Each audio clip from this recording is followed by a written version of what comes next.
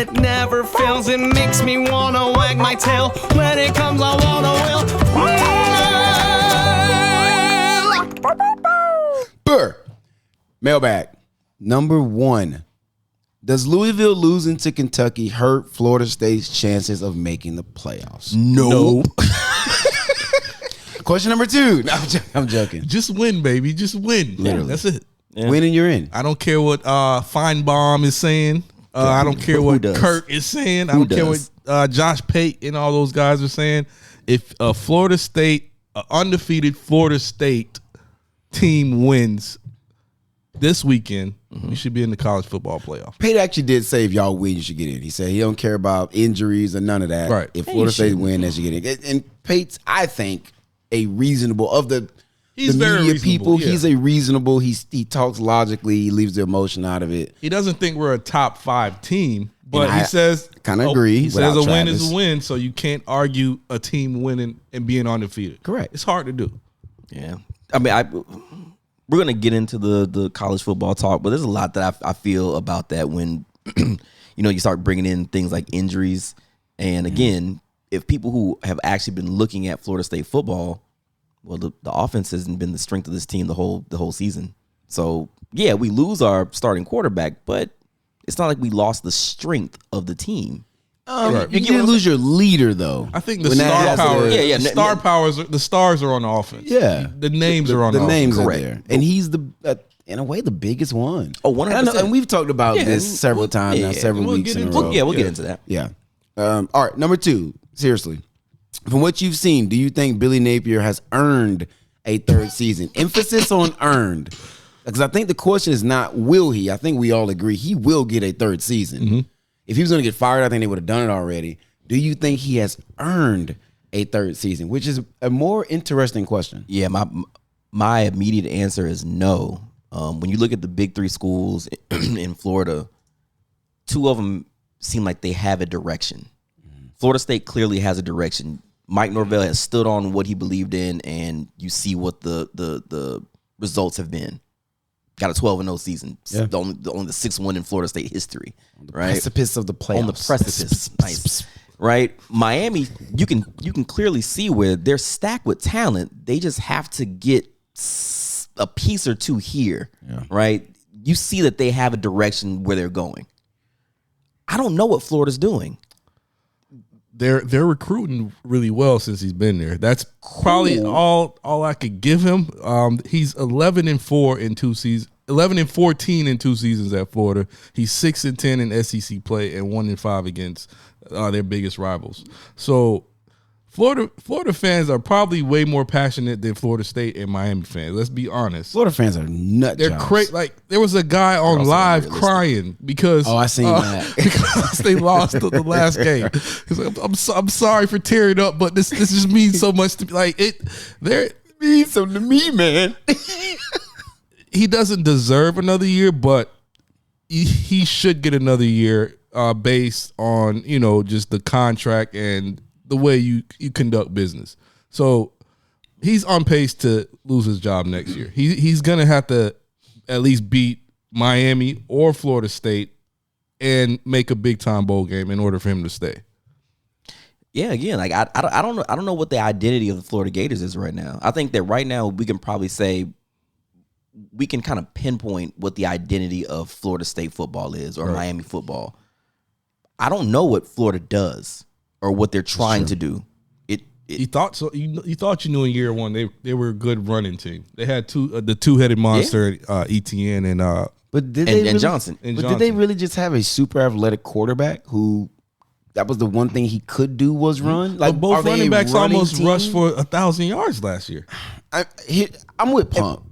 Go ahead. No. I'm with Pump in that I don't see an identity yet. Right? Florida State to me, I think is going to be. I think Mike Norvell is a really good play caller. He keeps defenses off balance. He has an aggressive defense. So I see, hey, this is what he wants his team to be. I want really good athletes on the outside. My quarterback's going to be a playmaker. I'll get the ball to 50, 11 guys, right, offensively. And on defense, we'll make halftime adjustments, We're going to counter to what you want to do. We're going to take away your favorite thing. Yeah. That's an identity. Mario, offensive line. I think Miami had a top 10 offensive line this year. We want to win up front in the trenches. Ruben Bain literally today gets announced as the ACC Defensive Rookie of the Year. 7.5 sacks his freshman season. We just flipped the 5-star D tackle. The defensive line was the focus of the recruiting class this year. It's clear what Mario wants to do. Right. He wants to win up front, right?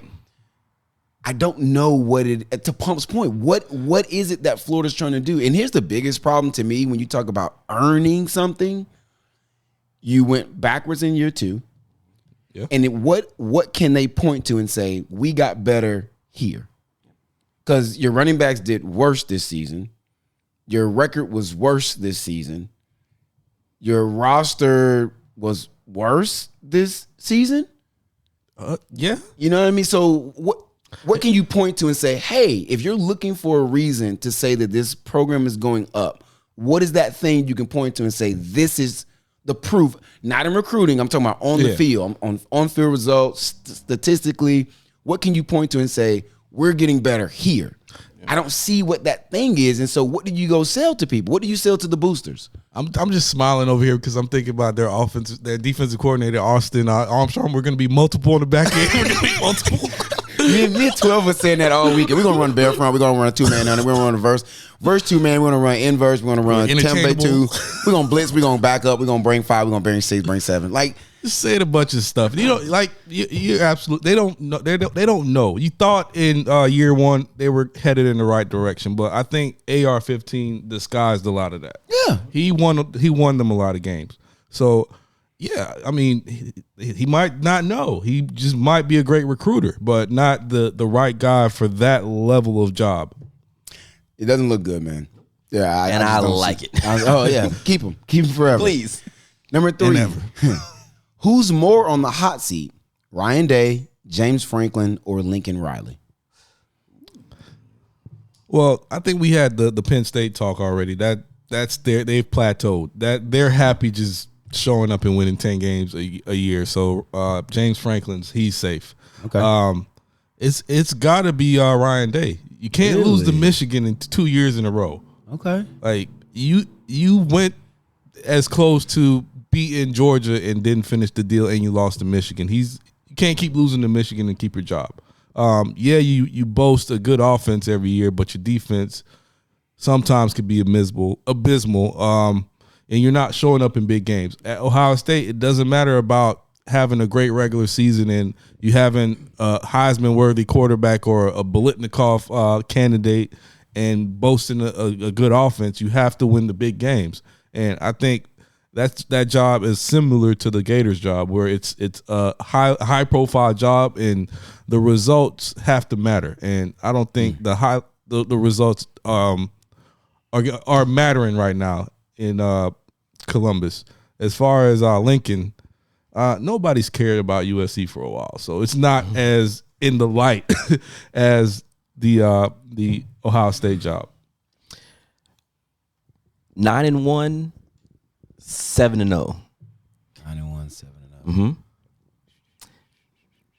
That is Jim Tressel's record against Michigan. 7-0 is Urban Meyer's record against Michigan. You gotta win. Tressel won a natty. Yeah. Urban won a natty. Yeah. You gotta beat Michigan. Results. You gotta have results.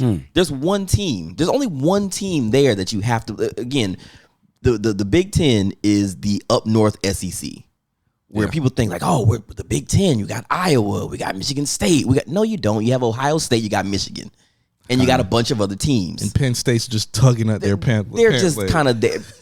Penn Talking about State, the little brother, right? So the Penn State is like the on again, off again. Some years they're LSU, some years they're Florida. Well, they can be good. Yeah, except they just don't win. They don't win a natty, right? They're the third best team. That's what they're always going to be. Just is what it is. So unless you can beat Michigan, that's going to be the standard, because Ohio State is always going to be there playing and contending for a national championship, right? I think, Breeze, you said something about wide receiving recruits. Why would you go anywhere else if you're a great wide receiver? It's a factory. You should go to Ohio factory, State, right? Go there. So you're going to get these guys. It's a destination.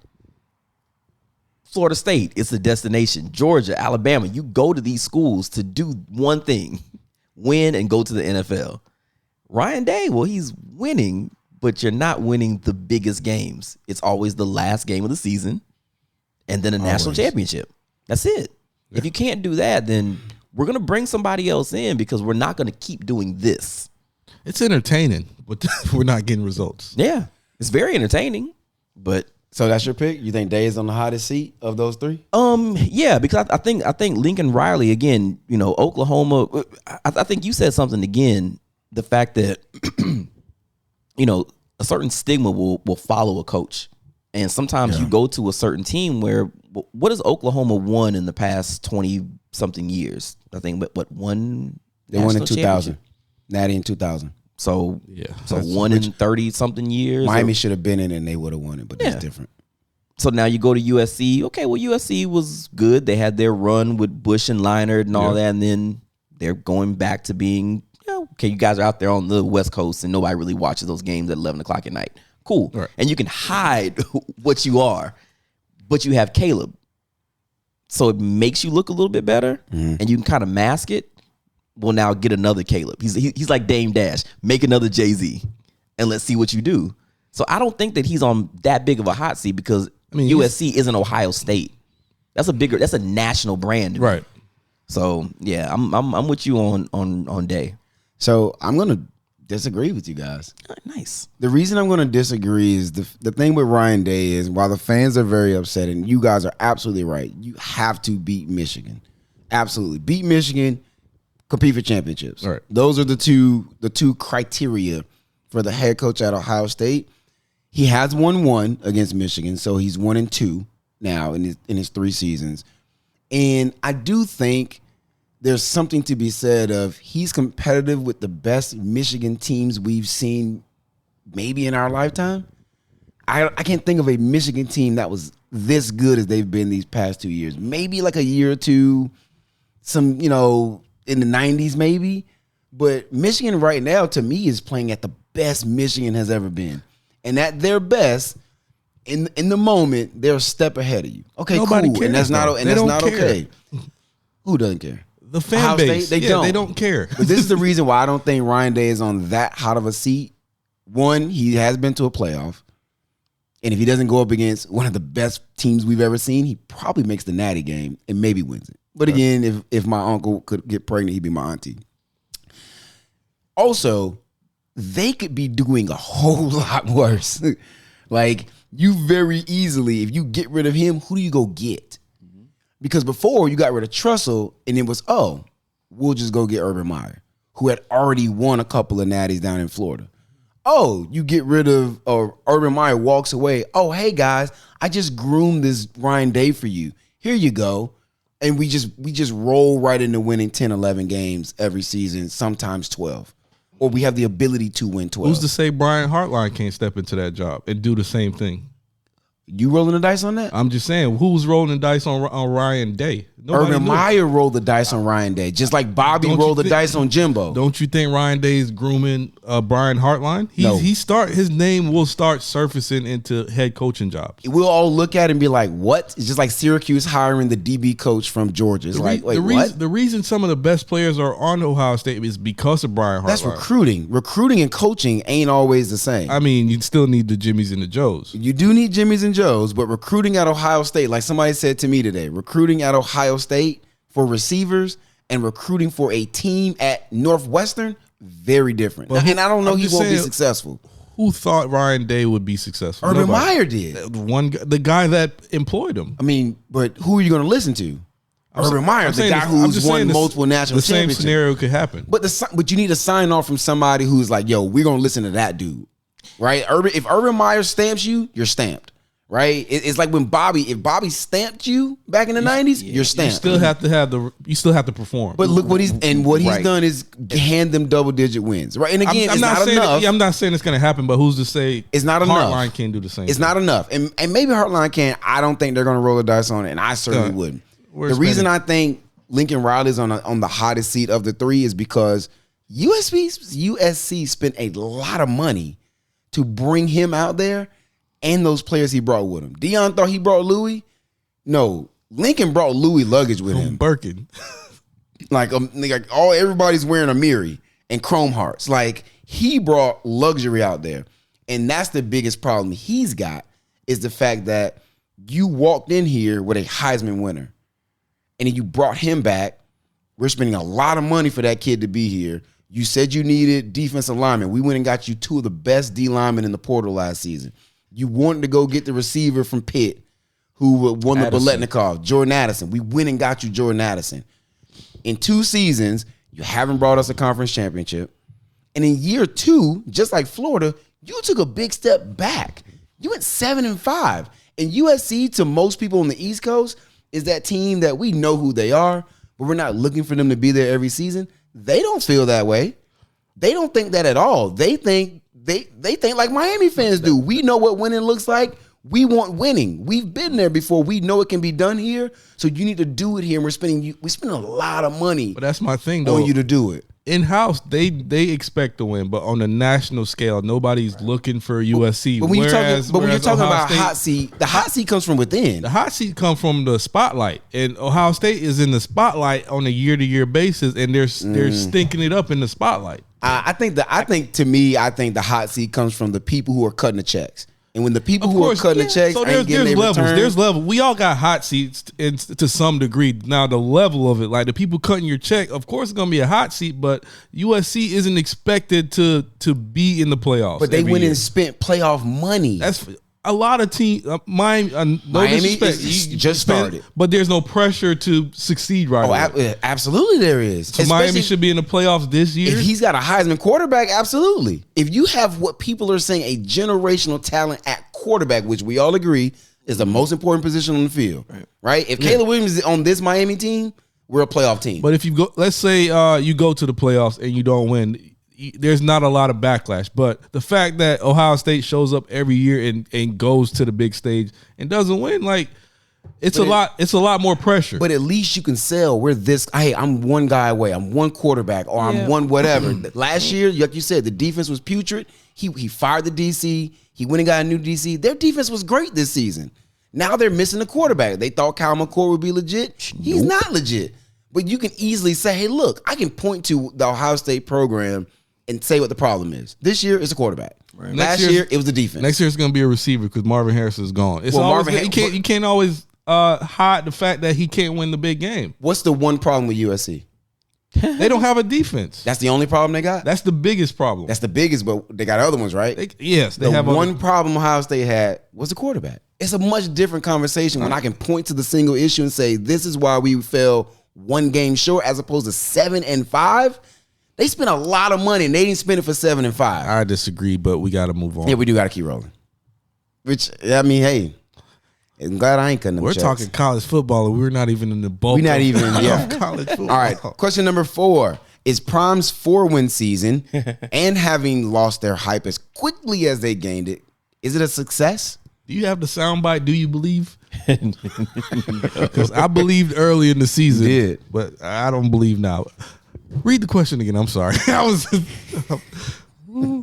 Is Prime's 4-win season and having lost their hype as quickly as they gained it considered a success? Was it a successful year for Colorado? I mean, he quadrupled the win total. He did quadruple the win total. If you put it, ain't hard to be in here that way. It ain't hard to be in here at all. Is it a successful season though, considering all of the hoopla and the hype they had? No, I think that's the point. It's a failure.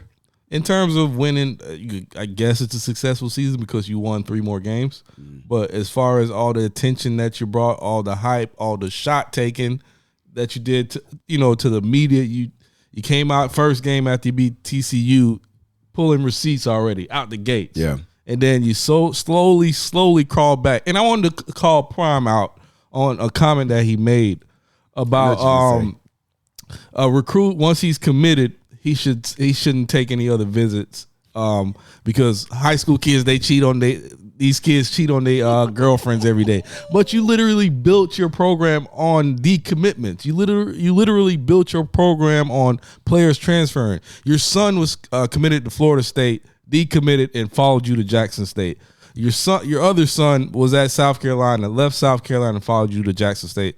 One of the greatest recruits ever and coming out of high school was committed to Florida State, decommitted, and went and followed you to Jackson State. So I think, Prime, he low-key deserved what he's getting. It's a humble pill. Hopefully he learns from it and bounce back. And I'm not saying make the playoffs or anything, but have a bowl game next year. So, but as far as this year, it was definitely a failure because it was Hollywood every week, and slowly celebrities stopped coming. And then to watch. Outside of that part, which I felt was going to wane, I think. What did we put the cap on? 4 wins? I think it was like 4. Yeah. You guys are right. I was wrong. It happens. Well, in all honesty, if you look at 2022 Colorado and 2023 Colorado, 2022 only averaged 15 points a game. Yeah. This year they averaged almost 30 points a game. The defense, even as trash as it was, still was better than it was last year. Mm-hmm. So as a team, when you see that, well, as minuscule as it may seem, that's still progression.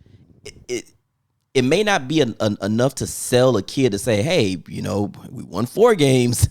Next year we might win 8. Come to Boulder. It might not be. And that's where, Prime is really going to have to now prove why he should have this job. Yeah. Right? So we'll see. Well, can you still get these guys? Can you still get the Travis Hunters of the world to really believe in you and come and commit to Boulder, Colorado? I think you'll see that. And so at that point, I don't think the season was a failure.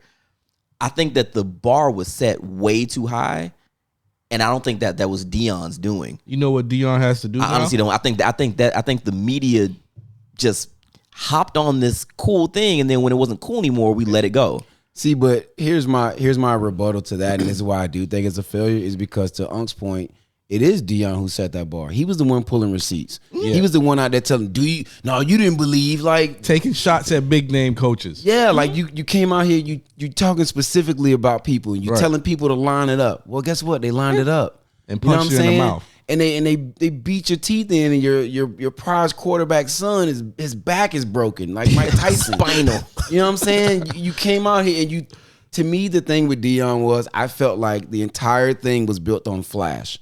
Mm-hmm. And the thing about flash is it gets people's attention. And if it's flash, that means it's going to go away. Especially at this level. And so what happens after that is the important thing. But one of my favorite sayings is there's pride is before a crash. He was way too prideful. He hadn't done anything. That was my point when he was going into it. You haven't done anything. So you know what? Hey, go about your business, do your thing, do your recruiting, but you ain't got to throw it in people's face. Yeah, I get that again. As I'm, and we can move on. As I'm looking at again, last year between this year, it's almost like in a way watching Florida State from, from 2021 to 2022. Mm-hmm. When we said last year, it's like, okay, those games we see were in 2021 we would quit. Yeah, they tried hard, and they tried harder. Yeah. As I'm looking at what Colorado did from the year before, they're getting blown out 56-7, 63-0, whatever. They're competitive. Stat-wise, they only lose to USC by a touchdown. Game was a little different. They only lose by a touchdown to Utah. They lose by a field goal to Arizona. They lose by 1 score to Oregon State. They win by 1 score to UCLA, 1 score to Stanford. So they're losing. And if you want to say, okay, fine, moral victories, that's a lot better than what you've been doing. So at that point, if you want to sell the uptick of what we're doing with a whole bunch of, okay, these really aren't 4-star guys. We got Travis, my son, and everybody else is, but look at what we could do if we had really a really good safety, a really good corner, a really good linebacker. Because we have an offense that can't score. Now we got to stop somebody. I feel like Deion can try to sell that. And you're right. He was taking shots at everybody, and he got real quiet later because he wasn't. He's prime, so he's got to be flashy. When you can't sell that flash, now again, when you can't sell the flash, what can you do as a recruiter, as a real coach? That we're gonna find out. We're gonna find out. That's the point. Like now, you got to actually work. Yeah. So go to we'll see. work. So we'll see that. Hey, but Prime's a winner, so he's shown 100%. He will commit to the process and the winning. He's got to figure it out. He's got 9 committed recruits in his class. He lost 4 in the last 3 days? Hey, they've been dropping like flies. You got to go get him. Got to go get him, Prime. All right. That's the last bad question as far as college football. I know we're going to stay on the college football vein. We'll save the last one for later. Okay, cool. All right, so let's jump right into college football. Bulldogs. Yale Bulldogs. Wow. Not so fast, midget. Not so fast. So we're at the end of the road, fellas. It is week. Although we've come to the end of the road, to the end, till I can't let go. I'm sorry. My bad. I thought we were still going. You that one horn player in the band who. I thought we had one more note, guys. The BCC band, they marched out too early. Oh man, That was. embarrassing. I didn't think it was as bad Trash. as you told me. Yeah. It was bad. Yeah. But Shame. like I said, college football is coming to an end. We hate to see it. We're huge college football fans. If you haven't noticed yet on this show, last week was rivalry week. Why would we? And as we know, anything can happen in those weeks. It's a weird week. Any particular team could win at any moment. As you've seen, Alabama completing the fourth and 31 to win a game in the Iron Bowl. It's 4th and Milrow, guys. Okay. Fourth and Mill, And you throw it up, and I like that. the guy allows the man to get behind him in the back Pause. corner of the end zone. Pause. And score a touchdown. Washington kicking a game-winning field goal against Washington State. Georgia in a dogfight with Georgia Tech. So last week happened. Teams scratched and clawed and survived, and here we are in championship week, conference championship week. As far as the top 4, they just have to win to get in. All they have to do is handle business. Georgia just needs to win against Alabama. Florida State needs to win against Louisville. It's not Louisville. It's Louisville, right? Louisville. It's Louisville. It's Louisville. They could. I think. Yeah. I was told it was Louisville. Louisville. Yeah. It's Louisville. All right. Whatever. Louisville. Whatever. And then Washington just has to take care of business against Oregon again. That's gonna be tough. Oregon. And Michigan in a squabble against Iowa State. So those teams, they just. Teach your man how to squabble. Yeah. I knew you was gonna find a way. I knew you was gonna find a way to sneak it in. I mean, you brought it up. So the teams that are looking to kind of sneak on in there is Oregon, Texas, and Alabama. So what we're gonna do on this week's show is we're gonna each take a conference and we're gonna make a case for these conference games for each teams, and then we'll break it down. We'll pick our winners of each conference games. So Breeze, obviously, he's Pac-12 Breeze. Let's go. It's not much we need to say. He's got the Pac-12 pump. He's got the home conference, the ACC. We're Florida State fans. And I'll go ahead and take the daunting SEC. We'll go ahead and start out with Breeze and make your case for why either team in the Pac-12, Washington or Oregon, should or should not win. What are the keys to victory? And give us your result. Bro, I got number 3 versus number 5. Listen, man, the Pac-12 has been delivering all year. I came into the year, said the Pac-12 was going to be tons of fun. I think it delivered. It was a blast. And now you come down, which is the best part. You get the 2 best teams in the conference, which I think is fantastic. So number 3, Washington versus number 5, Oregon. I'm going to start with Washington. Obviously, there's not a whole lot that needs to be said about the Huskies. They're undefeated. They went 12-0. Michael Penix, I believe, is leading the nation again in passing yardage. Roma Dunze, I believe, is leading the nation in receiving yardage. That offense has been completely dynamic all season. They're not a one-trick pony. They're 39th in the country in yards per rush, which means that when they run the ball, they're very effective at it, right? They're top 40 when it comes to running the ball. The defense, not a lot of people think about defense when they think about Washington, and I know there's been some nitpicking about what they can and can't do. A couple of things that I really like about the defense: opponents' points per play. I know it's not a stat a lot of people look at; it's more considered a quote unquote advanced stat. They're 25th in the country in opponents' points per play, which says that in terms of how many points you score versus how many plays you get, we're not going to let you score at the rate that you would think. So you might get yardage, you might move up the field, but we're not going to let you score a bunch of points on us, which if you can pair that with a dynamic, high-powered offense, absolutely, I think they'll have the opportunity. This is going to be their biggest test. And it's funny saying that because they played Oregon already. Yeah. And they won that game. It was at home. You're not at home anymore. Now you're in Vegas. Many would argue that they should have lost that game if Many have argued that Oregon twice was in the red zone and walked away empty-handed, and they feel like Oregon could have just took the points or some of the play calling was questionable. The one thing I'll push back on is it wasn't like Oregon just decided to not score points. Right. Washington stopped them from scoring points. So you got to give Washington some credit on that. And again, we're talking about one of the most dynamic offenses in the country. And I think Michael Penix should win the Heisman. He won't. They're going to give it to Daniels. The reason I think he should win it, in 2 years at a place like Washington, you lose 2 games. You lost 2 games last year. You're undefeated this year. And back-to-back seasons, you led the country in passing yards. And you didn't do it at Tulane. You didn't do it at Tulsa. You did it at Washington in what I think was the toughest conference in the country this year. That has to mean something. The fact that he's going to walk away from college with nothing for that, I think is a little messed up. But that's a different conversation. Real quick, flip the story to Oregon. I don't think there's much to be said about Oregon. It's hard. It's very easy to make the argument that since that game at Washington, Oregon has been the best team in the country. When you look at the point differential, just real quick, since that Washington game, they won the next week 38-24, 35-6, 63-19, 36-27, 49-13, 31-7 in their rivalry week game against the number 16 Oregon State Beavers. Oregon has been on a warpath. Like, I feel like they were balling before that, and they lost that game, and Dan Lanning got everybody's attention. It's almost like you mentioned this before the season. You were talking about, Alabama.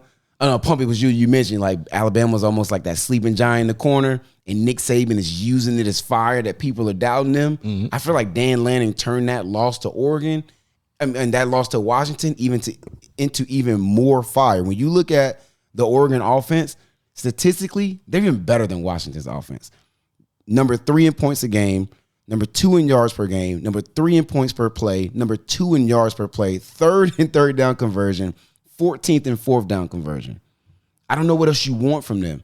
And as far as the defense, 7th in opponents' points per play, 13th in opponents' yards per play, 9th in points per game.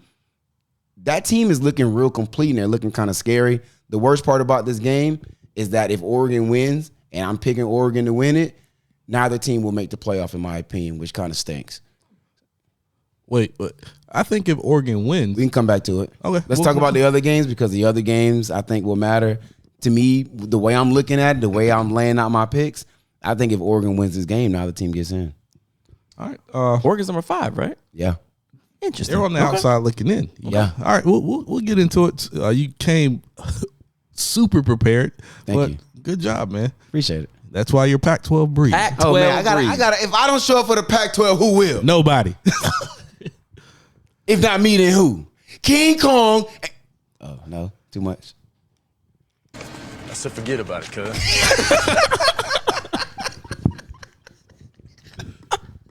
Hey, Shout out to the Pac-12, man. Pump. Louisville and Florida State in Charlotte, the ACC championship. You will actually be at this game. I will be at this game. I'll be that. there. It's going to be cold. It's going to be rainy. I'm going to be there, and hopefully Florida State takes care of business. I hope so. I hope so. Yeah, because I definitely don't want to be there in those kind of conditions, and we don't do what we're supposed to do. And that's the point. Florida State should do what they're supposed to do. Done.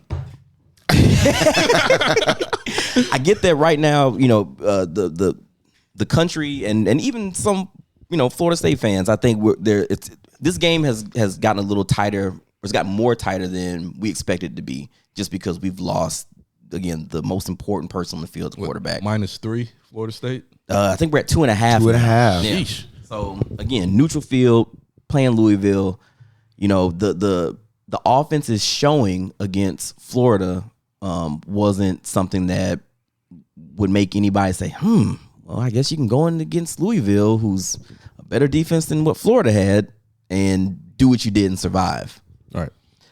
I say that, and then what people fail to realize, I think, with Florida State is still the 10th highest scoring or 11th highest scoring team in the country. They're averaging 38 points a game.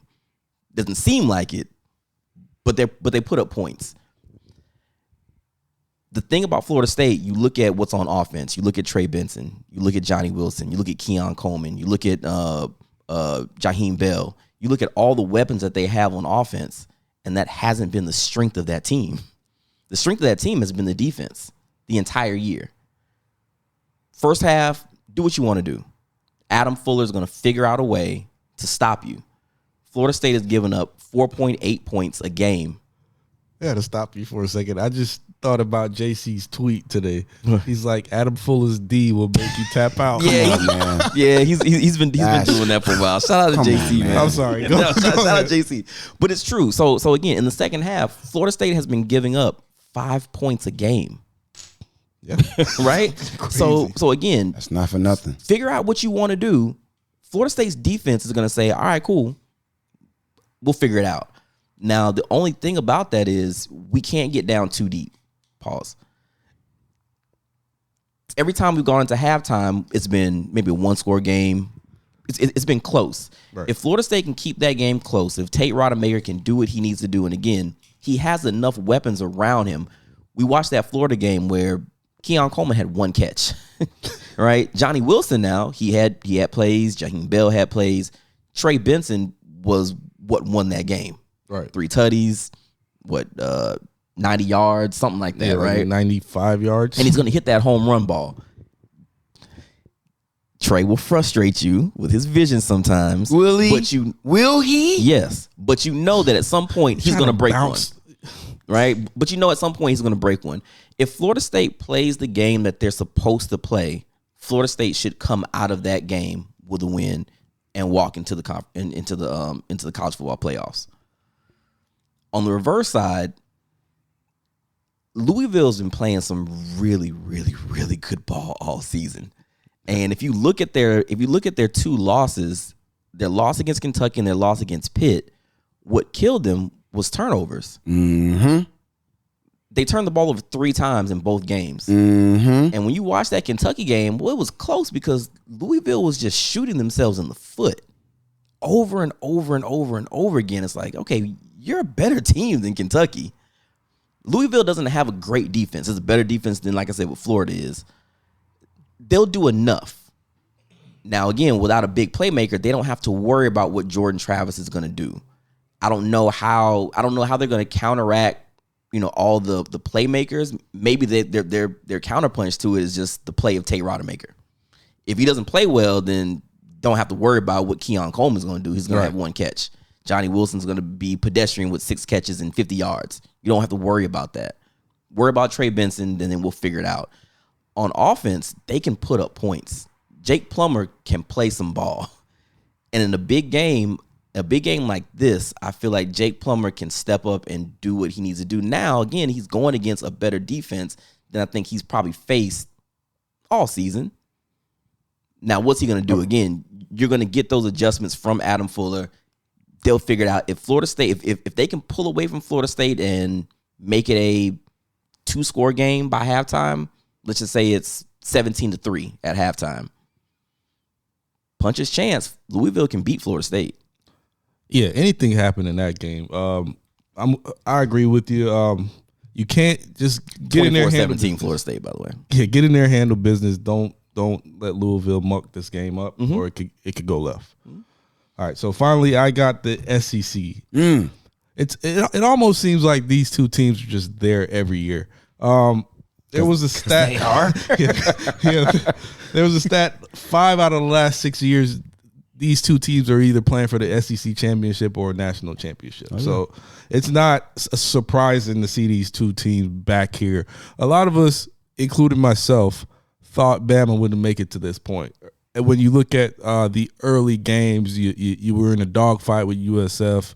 You lost to Texas at home, which Bama doesn't lose at home a lot. And, that offense didn't look that good. But then Jalen Milroe happened. So my first key to this game is run him early and often. run Jalen Milroe as much as you run him like a running back. He is physical. He's fast. He's a lesser version of Cam Newton because he can't throw as good as Cam Newton, but he can make some plays with his legs that could be a difference maker in this game. Secondly, you got to be creative when you decide to throw with Jalen Milroe because he's not a good thrower of the ball, like you alluded to earlier when we broke him down. He can't make the deep out throw, but he could throw. he could throw a screen. Yeah, he could throw a slant. Those are basic throws for a quarterback. You can move the pocket, get him on the run, RPOs. Don't get into trying to make him make throws against the number 9 defense in the country. You're gonna lose that. Also, you have to win the turnover battle if you're Alabama. Georgia, they're the number 6 passing team in the country. Yeah. And when you think about Georgia football, they're usually known for running, but this year it's been the opposite. So slow the game down, run Jalen, give him easy throws, and let it become a fourth quarter game where the defense have to duke it out and not you going back and forth with Carson Beck. Defensively for Bama, you're going to have to stop Brock Bowers somewhere or another. Bracket him, rip his arm off, break a leg. Push him, pull him. Do something. Get him. Let the other guys make plays. Put some pressure on Carson Beck. Carson Beck, he's a good quarterback, but we haven't seen him at this stage. He hasn't played in big-time game yet. Yeah, you play in the SEC, but not in a championship setting. So we don't know how he's going to react. And Bama, they're 9th in the country in sacks. They have 36 sacks on the year. So get back there, try to put some pressure on Carson Beck. Conversely, though, Georgia's offensive line, they're top 5 in allowing sacks. Sacks allowed. They've only allowed 10 sacks on the year. So we try to win the battle up front and try to shake up Carson Beck somewhere or another. As far as Georgia, just be Georgia and unleash Carson Beck. Don't try to get the running game going. Don't try to be who you've been for years. Unleash that offense on Bama and win the turnover battle and just continue doing what you've been doing all year. I think that the Bama team, they're not as explosive on the outside like they've been with a Julio Jones or Calvin Ridley. So you could win a shootout, get into a shootout, start scoring, make them try to keep up with you and score. And I think you win that way. And you have the number 9 defense in the country. Georgia's defense is still good. Great. Still great. Like nothing's changed with this Georgia team. Yeah. And some would argue that Carson Beck is way better than Stetson Bennett. He could be a first-round draft pick. So unleash him. This is his chance to be unleashed. Let him throw the ball around. And, yeah, just win the turnover battle. So I got Georgia in this, by the way. But if Bama could get this to a defensive game, anything could happen in this. Yeah. Reese, I agree. Did you make a pick on your game? I picked Oregon. Okay. Unfortunately. And by the way, Oregon's a 9-point favorite from Vegas. I don't know if y'all seen that. I think Oregon's going to run away with this game. Yeah, I mean, in all honesty, if you've been watching Washington, they haven't been playing the best ball. They won by a field goal against Washington. Oh, that was the one thing I didn't share. If you look at the splits, like every month in the season, Michael Penix's numbers have gotten worse. People think he might be playing hurt. Mm-hmm. Obviously, they're not going to say it till after the season, maybe even like later than that. Yeah, if that's the case, and that is why the offense is kind of off, then they might be in trouble. Which is why, again, like the Jalen or Jaden Milroe? No, Jaden Daniels. Yeah. Okay.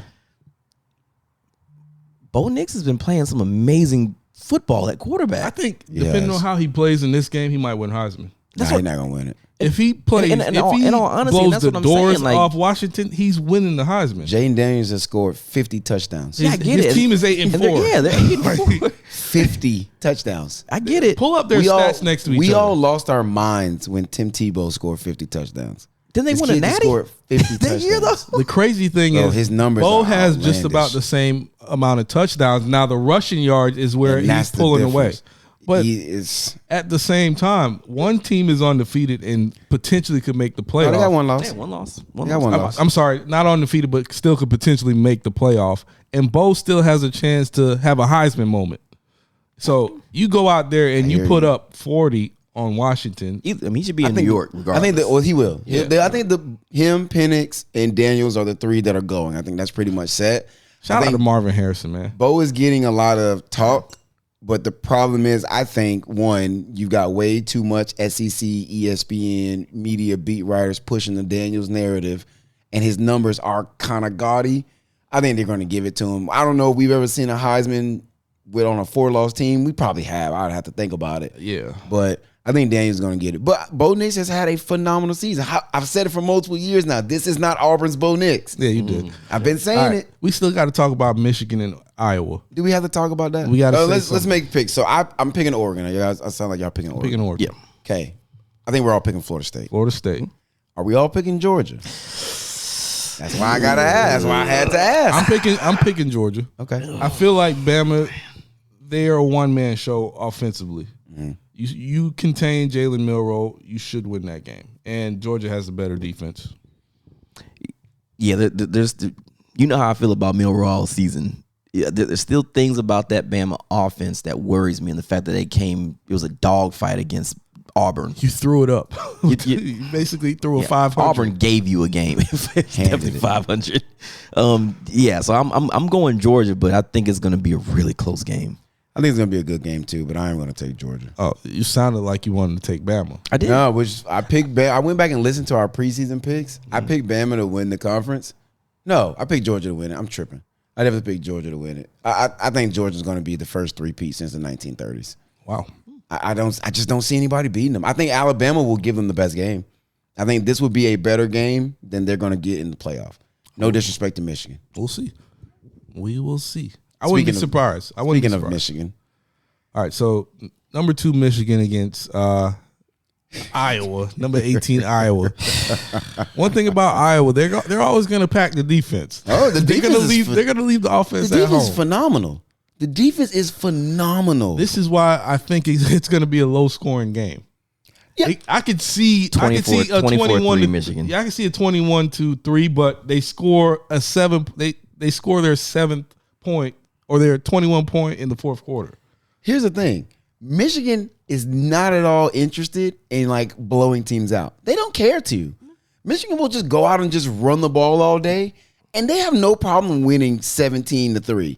And I think the 3 is going to come off of like maybe they get a fumble or something because they got to have to call the turnover. That offense ain't marching up the field. It'll be 17-2. They'll get like a safety or Something something. goofy like a punt was Yeah. missed, like a bad right. snap on a punt or something like that. But Michigan doesn't care. That's the craziest part about Michigan. They're not proving no points to nobody. They're like, hey, we're just gonna win. We'll just win. We don't care if it's by 1 point or 100 points. We're just gonna win. Our goal is to stay healthy because they just lost their starting left guard in his last game, Zach Zenter, who was a fantastic player. Stay healthy as possible and get to the playoffs. Is that best O lineman? No, I don't even think he's their best one. No, he's one. He's amazing. No, I don't know if he's their best one. You know what's funny? He gets hurt. They run right behind the backup left guard, and that's when they break that Blake Corum touchdown run. With Orgy? No, Oh, okay. Gus Johnson. No. It wasn't Orgy. It was Blake Corum. Okay. Mr. Bloody Nose. So it wasn't Orgy. So No. his name is Orgy, though. That's the backup quarterback, but the running back who broke the run was Blake Corum. Gus Johnson over here just wants to say the word orgy. So he didn't break it with Orgy. No. Orgy did turn the corner on one play, though. I mean, Orgy can get. Orgy can do a lot of things. Orgy can do a Okay, lot all of right. We're things. not going down that road. But I'm also guys. I'm just curious. I mean, if they lose a really good offensive lineman, they should drop in the college football rankings. I'm No, just 'cause that's saying, not as important It's as a the different quarterback. team. Okay, I mean, it's a different team. Their They're not a different identity is team. running They're not a football. different team? Their No. identity is running Yeah, football. so I'm you just know, saying. you should drop. They have 10 offensive linemen who just can saying. start everywhere Yeah, else. I mean, we have two quarterbacks that could start. anywhere else? Not Tate starting anywhere. everywhere? So their offensive linemen start everywhere. Oh, Tate could definitely start at BCC. Everywhere?